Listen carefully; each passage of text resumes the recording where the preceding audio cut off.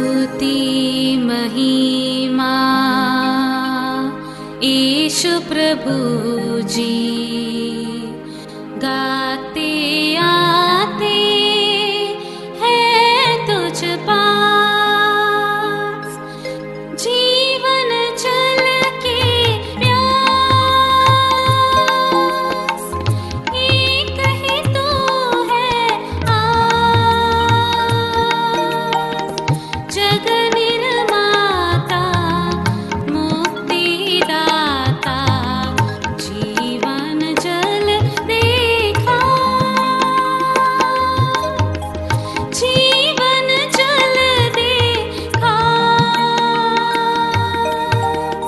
जीवन जल देखा। जीवन जल कार्यक्रम देखने वाले सभी दर्शकों को प्रभु यीशु मसीह के मधुर नाम में नमस्कार।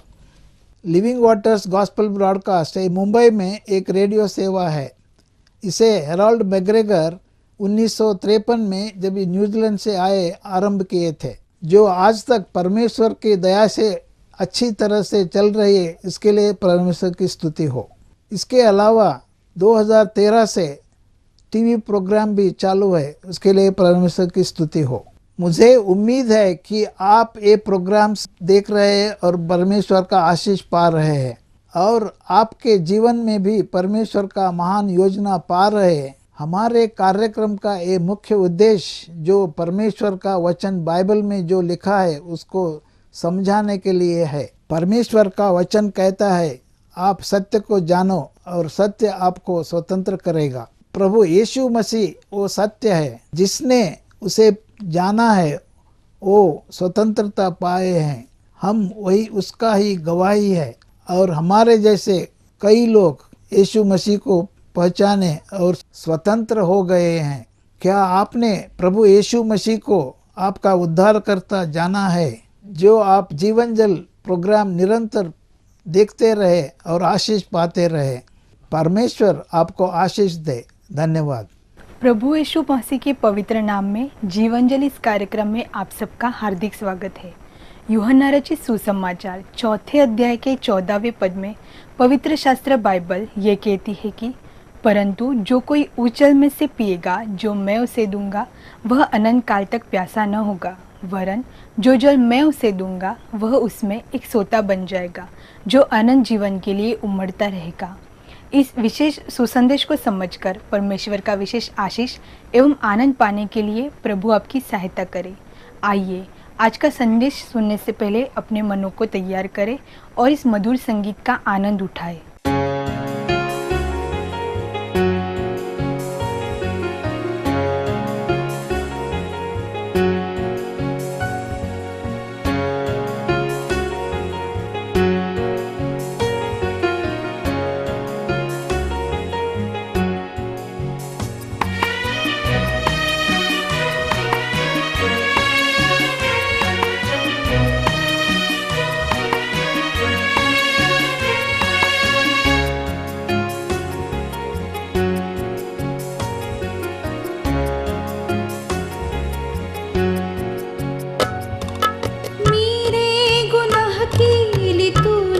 सजा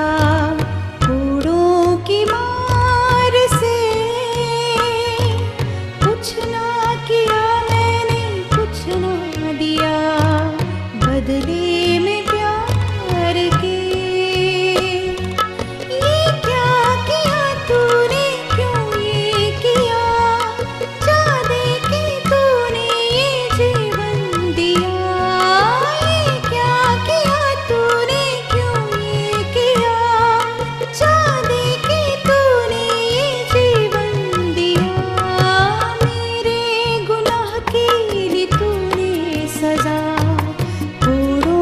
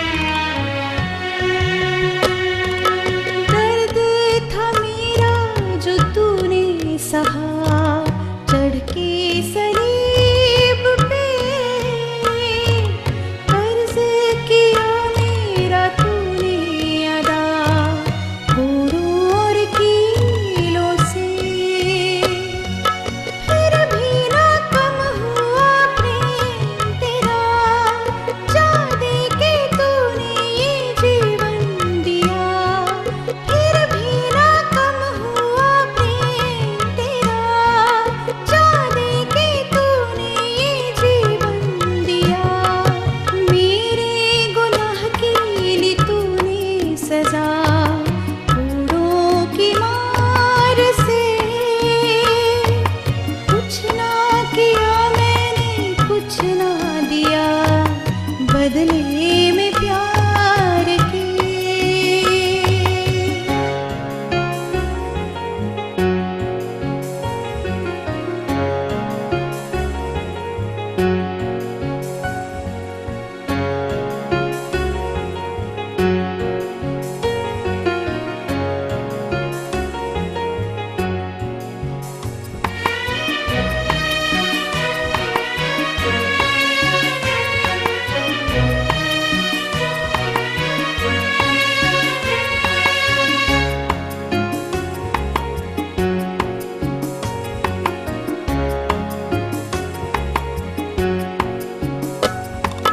मरते हुए माफ करके गया जुल्म और सितम मेरे।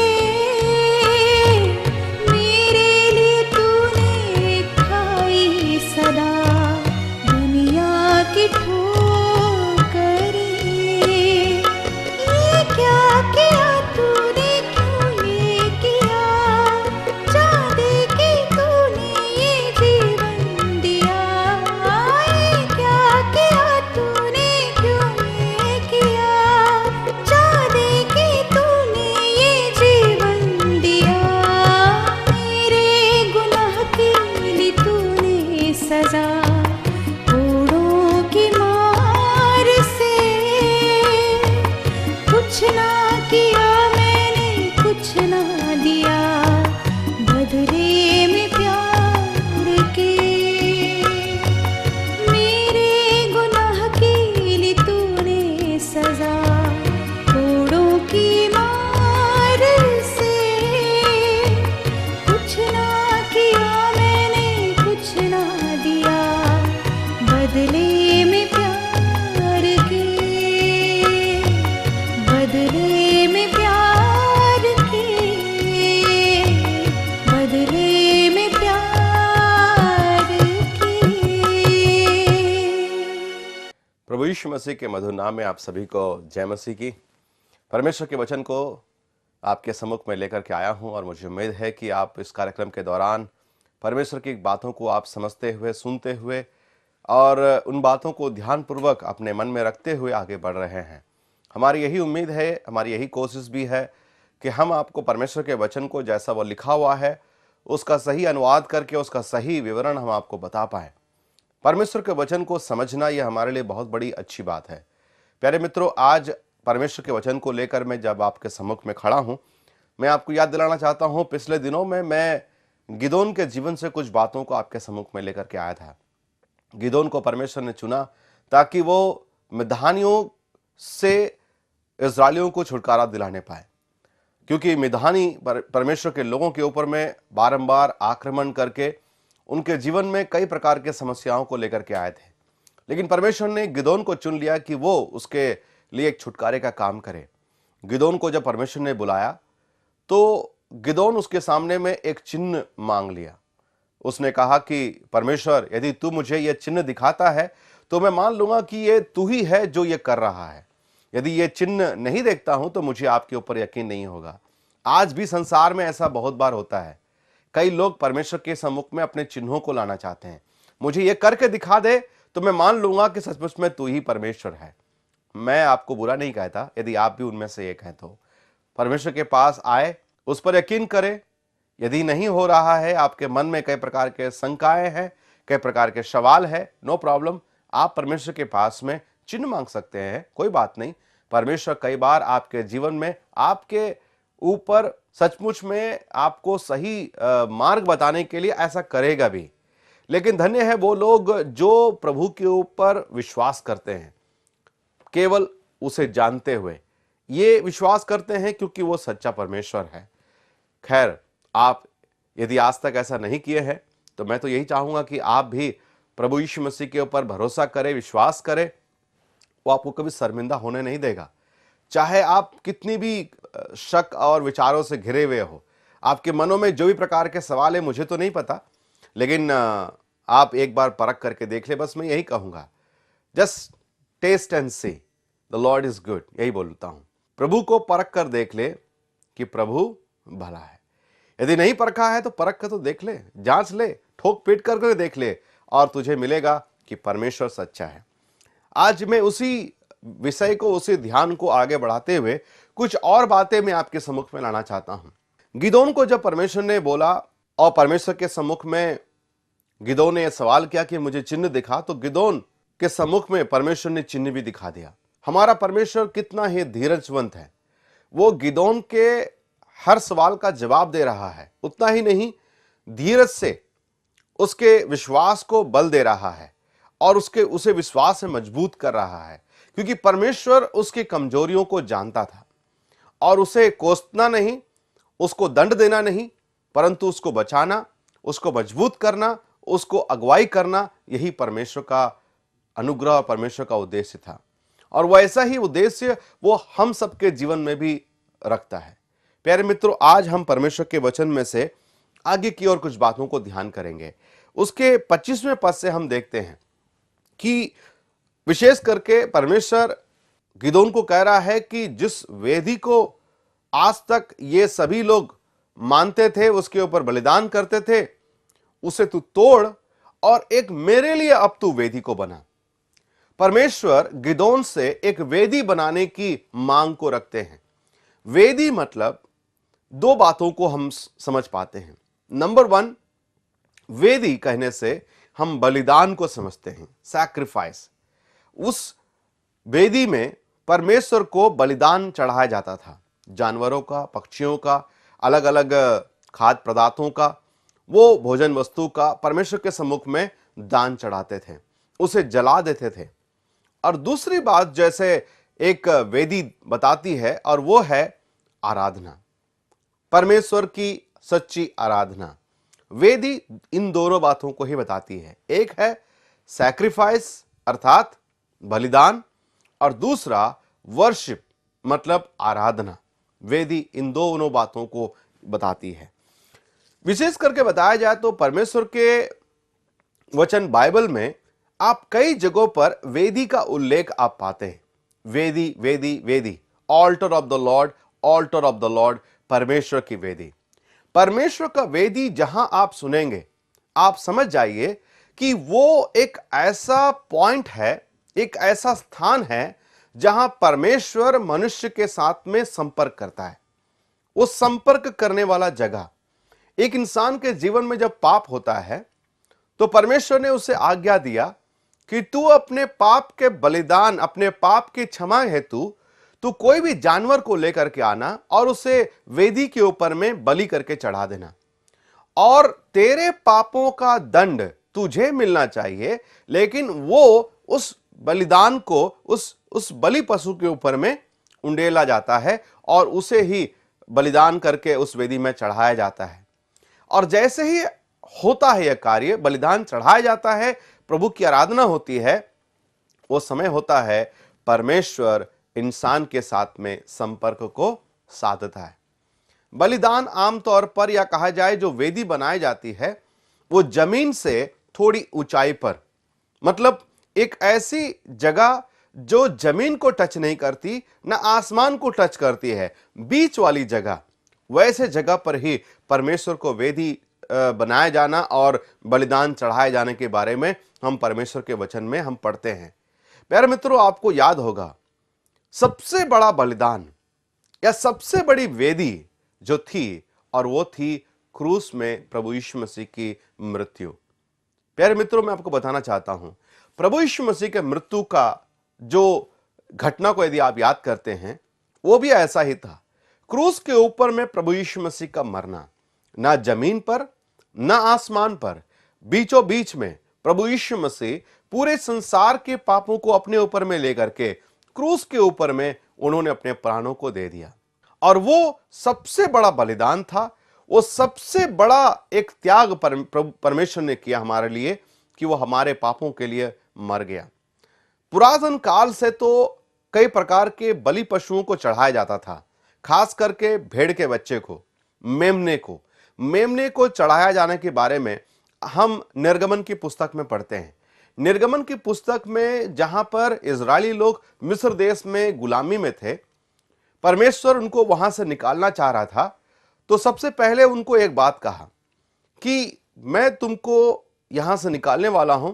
आज रात को परमेश्वर का दूत जो है पूरे नगर से घूमेगा, और जिस किसी के घर में मेमने के बच्चे का खून उसके चौखट पर लगाया गया है वो परिवार बच जाएगा, और जिसके चौखट पर लगा हुआ नहीं है उसका पहलौठा मारा जाएगा। यह परमेश्वर ने आज्ञा दिया, और पहला वही स्थान था जहां पर इजरायलियों ने यह जाना कि परमेश्वर का दंड से बचने के लिए एक बलिदान का चढ़ाया जाना बहुत ही जरूरी है। और वो बलिदान क्या है? एक भेड़ का बच्चा, एक मेमना के बारे में हम पढ़ते हैं। मेमने के लहू के द्वारा उनका छुटकारा हुआ। वो यहूदी थे या अन्य जाति थे, कोई मतलब नहीं, लेकिन जिस किसी ने भी वो मेमने का लहू अपने चौखट पर लगा लिया, बस वो बच गया। वो मेमने का बलिदान उनके जीवन में छुटकारे को लेकर के आया। तो परमेश्वर ने पुराने नियम में एक चिन्ह के रूप से बताया कि मेमने के बलिदान के द्वारा उन लोगों को उस दिन छुटकारा मिला। लेकिन अब जब नए नियम में आते हैं, एक असली मेमने के बारे में परमेश्वर का वचन बताता है।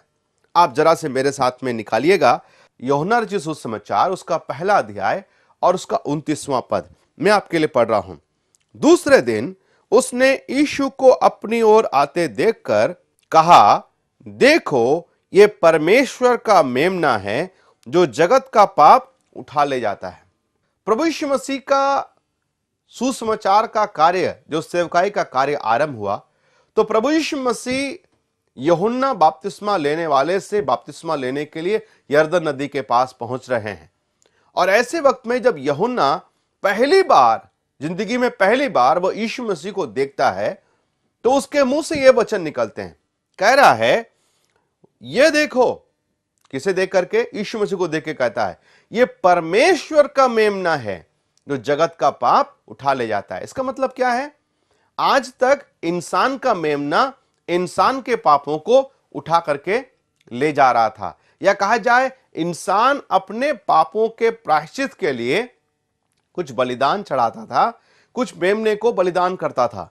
लेकिन आज परमेश्वर ने अपने पुत्र प्रभु यीशु मसीह को भेज दिया, जिसके बारे में लिखा हुआ है वो कौन था? परमेश्वर का मेमना।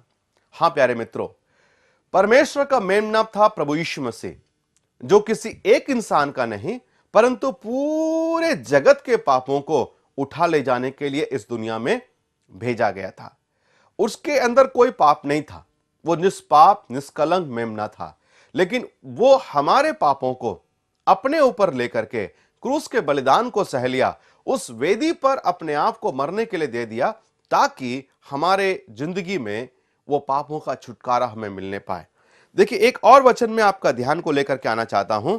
पहला पतरस की पत्री, पहला अध्याय और उसका 18 पद, क्योंकि तुम जानते हो कि तुम्हारा निकम्मा चाल चलन जो बाप दादों से चला आता है, उससे तुम्हारा छुटकारा चांदी सोने अर्थात नासमान वस्तुओं के द्वारा नहीं, 19वां पद, पर निर्दोष और निष्कलंक मेमने अर्थात मसीह के बहुमूल्य लहू के द्वारा हुआ है। हाँ प्यारे मित्रों, यहां पर भी हम उसी बात को पढ़ते हैं। क्या पढ़ते हैं? हमारा छुटकारा, पापों का छुटकारा कोई नासमान वस्तु से नहीं, परंतु उस निर्दोष और निष्कलंक मेमने के द्वारा हुआ है। और वो कौन है? मसीह यीशु। हाँ प्यारे मित्रों, ये मसीह यीशु के बलिदान होने के कारण आज हमारे जीवन में वो छुटकारा मिला है। और वो छुटकारा उस वेदी के ऊपर में, वो बलिदान उस वेदी के ऊपर में जलाया गया या बलिदान को चढ़ाया गया। प्यारे मित्रों, आज यहां पर विशेष करके परमेश्वर ही बताना चाहता है, एक इंसान और परमेश्वर के बीच का जो मिलन होने का जो पॉइंट है, और वो पॉइंट है क्रूस का वेदी। हां, आपने देखा होगा यीशु मसीह क्रूस के ऊपर में दोनों हाथों को फैलाए हुए मरे। उनका मृत्यु का जो चित्र को आप देखते हैं, दोनों हाथों को फैलाए हुए मरे। किसी ने कहा है प्रभु यीशु मसीह दोनों हाथों को फैलाए हुए ये बता रहे हैं, एक हाथों से परमेश्वर पिता के हाथ को थामे हुए, दूसरे हाथ से संसार के लोगों के हाथों को थामे हुए, दोनों के हाथों को क्रूस में मिला देते हुए आज से मेरे मृत्यु के द्वारा ये दोनों एक हो गए हैं। संसार के जो भी पाप थे, जो भी दंड थे, वो सब मेरे ऊपर में आ गया। अब परमेश्वर इंसान के साथ में मिल सकता है, संबंध बना सकता है और उसे अपना संतान बना सकता है। केवल यीशु मसीह के उस वेदी के ऊपर बलिदान होने के कारण, क्रूस के ऊपर बलिदान होने के कारण ही, यीशु मसीह के उस वेदी के ऊपर बलिदान होने के कारण ही आज इंसान के जीवन में छुटकारा मिल सकता है। मैं आपसे यह सवाल पूछना चाहता हूं कि आपने उस प्रभु यीशु मसीह को, जो उस वेदी के ऊपर बलिदान हुआ आपके पापों के लिए, आपने क्या भरोसा किया है?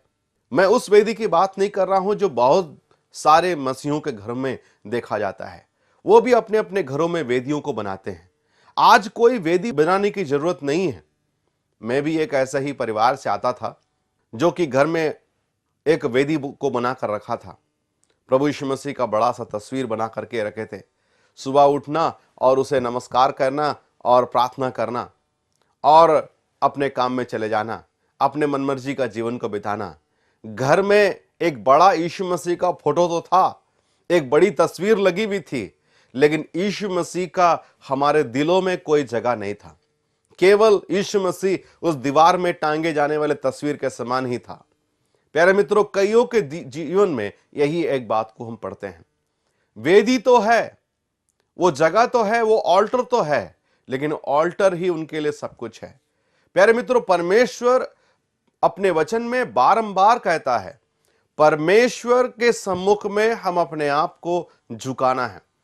वो वेदी जो क्रूस के ऊपर में प्रभु यीशु मसीह मर गया, उस यीशु मसीह के ऊपर विश्वास करना है, ना कि उस क्रूस को केवल दंडवत करना या उस क्रूस को अपने गले में टांग करके ये बताना कि मैं भी एक मसीह हूं, लेकिन उसे अपने दिल में जगह देना, उस मसीह को, उसके जो बलिदान को अपने जीवन में स्वीकार करके वैसा जीवन को बिताने वाला इंसान, ना कि ऑल्टर के सामने, वेदी के सामने में सुबह शाम झुक करके दंडवत करना, प्रार्थना करना, उससे कुछ नहीं होने वाला है। प्यारे मित्रों, कईयों के जीवन में इस बात को हम पढ़ते हैं। ऑल्टर, वेदी आपके जीवन में क्या मायने रखता है? केवल इसलिए कि सुबह उठ करके आप उसके सम्मुख में झुक जाए, दंडवत करें? कईयों के ऑल्टर को मैंने देखा है, वहां पर कुछ तस्वीरें भी हैं, ना केवल यीशु मसीह की, कई बार क्रूस की तस्वीरें हैं, कई बार मरियम की तस्वीरें हैं, कई प्रकार के संतों की तस्वीरें हैं। बाइबल कभी भी इन बातों का हमें अनुमति नहीं देता है। एक प्रभु का जन, यदि आप वाकई में परमेश्वर के विचारों को समझते हैं, प्यारे मित्रों, आप याद दिलाना चाहता हूं, प्रभु के वचन में इस बात को पढ़ा गया है कि हमारा छुटकारा नाशमान वस्तुओं से नहीं हुआ है। ये जो भी चीजों को आप देखते हैं, ये सारी चीजें नाशमान हैं, ये हमें कभी छुटकारा नहीं दे सकती। हमारा छुटकारा केवल प्रभु यीशु मसीह के द्वारा हुआ है। देखिए, मैं आपका ध्यान को लेकर के आना चाहता हूं। आप भजन संहिता 95 और उसका 6 पद, आओ हम झुककर दंडवत करें और अपने कर्ता यहोवा के सामने घुटने टेके। किसके सामने घुटने टेके? अपने कर्ता यहोवा के सामने। अपने कर्ता यहोवा के सामने बताया गया है, ना कि क्रूस के सामने, ना कि किसी मूर्त के सामने, ना कि किसी संत के सामने, ना कि किसी तस्वीर के सामने। आज यही हो रहा है, ना कोई ऑल्टर के सामने, ना कोई वेदी के सामने। हमारा एक ही परमेश्वर है, सृष्टिकर्ता परमेश्वर, छुटकारा देने वाला परमेश्वर, और उसी परमेश्वर के सामने झुके। आप जहां कहीं भी हैं, आप कहीं पे ऑफिस में हैं, आप वहां पर झुक जाए। कोई जरूरत नहीं है कि आप घुटने टेके तो ही परमेश्वर आपकी प्रार्थनाओं को सुनेगा। अगर घुटने टेकने का मौका है, जगह है, जरूर टेके, वरना आप अपनी आंखों को बंद करके, अपने सिर को झुका करके मन ही मन अगर प्रभु से प्रार्थना करते हैं, वही जगह आपके लिए परमेश्वर की वेदी बन जाती है। वही जगह है जहां आप परमेश्वर के साथ में एक संपर्क को साध सकते हैं। प्यारे मित्रों, आप अपने जीवन में इस बात को याद रखें। किसी ने कुछ बोल दिया, किसी ने कुछ समझा दिया, हम अपने रीति रिवाजों को पालन कर रहे हैं, कई दिनों से ऐसा ही चलता आ रहा है, लेकिन बाइबल का वचन क्या बतलाता है? परमेश्वर का वचन क्या बतलाता है? हम किसकी बात को माने? परमेश्वर की बातों को माने या इंसान की बातों को माने? यही गिदोन कर रहा था। पिछले दिनों से वो एक ऐसे मिधानियों के बनाए हुए वेदी के ऊपर में ही बलि चढ़ाता था। परमेश्वर ने उसको पहला काम बताया और वो था, परमेश्वर ने बोला तेरे इस वेदी को तू ढा दे और मेरे लिए एक वेदी बना। हाँ प्यारे मित्रों, परमेश्वर आपको भी यही बताना चाह रहा है, जो भी वेदी है, जो भी तस्वीर है, जो भी प्रतिबिंब है, जो भी प्रकार की मूर्तियां हैं, आप उसे अपने जीवन से, अपने परिवार से, अपने घरों से दूर कर दे। सच्चे परमेश्वर के सामने झुके। वही है वेदी, वही है सच्चा वेदी, वो है प्रभु यीशु मसीह। प्रभु यीशु मसीह के सामने में झुके, दंडवत करे, प्रणाम करे, ना कि कोई प्रभु यीशु मसीह के तस्वीर के सामने झुकना या प्रभु यीशु मसीह के क्रूस के सामने झुकना या कोई दूसरे संतों के सामने झुकना। ना प्यारे मित्रों, ऐसा करके आप परमेश्वर को ही रोष दिलवा रहे हैं, परमेश्वर को ही आप क्रोधित कर रहे हैं। आप यदि सचमुच में प्रभु को प्रेम करने वाले हैं, प्रभु यीशु मसीह को आप विश्वास करके चलने वाले इंसान हैं, तो परमेश्वर चाहता है कि उन तमाम वेदियों को तू ढा दे, केवल तू मेरे लिए एक वेदी बना। और वो वेदी है प्रभु यीशु मसीह के चरण। प्रभु यीशु मसीह के चरणों में आकर के आज ही आप अपने जीवन को लेकर के चले। परमेश्वर आपको सहायता करे प्यारे मित्रों। हम परमेश्वर की बातों को बताना इसलिए चाहते हैं ताकि बाइबल जो बतलाती है वो आप समझें, ना कि मैं कुछ बोल रहा हूं, ना और कोई कुछ बोल रहा है। परमेश्वर क्या बतलाना चाहता है, बस उसे माने। वाकई में परमेश्वर के इस रीति से अगर आप आराधना करते हैं, अगर आप इस रीति से प्रभु को समझते हैं या इस रीति से आप प्रभु के साथ में संपर्क करते हैं, मैं यकीन दिलाना चाहता हूं आप अपने जीवन में एक फर्क को महसूस करेंगे, एक अलगाव को महसूस करेंगे, एक अजीबोगरीब परमेश्वर की उपस्थिति को महसूस करेंगे। परमेश्वर ऐसा करने के लिए सहायता करे। फिर से एक बार मैं बताना चाहता हूं, परख करके देखो कि यहोवा भला है, परख करके देखो कि यहोवा भला है। परमेश्वर आपकी सहायता करे। एक बार फिर से मैं आप सभी को प्रभु यीशु मसीह के नाम में जय मसीह। यदि आज आपने कोई आशीष पाई है या आप इस विषय के बारे में अधिक जानकारी प्राप्त करना चाहते हैं या कुछ प्रार्थना के विषयों को बांटना चाहते हैं, तो निसंदेह हमसे संपर्क करें। हमारा पता जीवन जल सुसमाचार प्रसारण, Nav Bhavna 422 SVS road, post box number 19161, Prabha Devi, Mumbai 400025। प्रार्थना एवं मुफ्त बाइबल करस्पॉन्डेंस कोर्स के लिए हमें संपर्क करें या अपना नाम और पता हमें SMS भी कर सकते हैं। हमारा मोबाइल नंबर 098-925-80744। हमारा ईमेल ID है gospelbroadcast@yahoo.com। हमारा वेब एड्रेस है www.lwgp.org।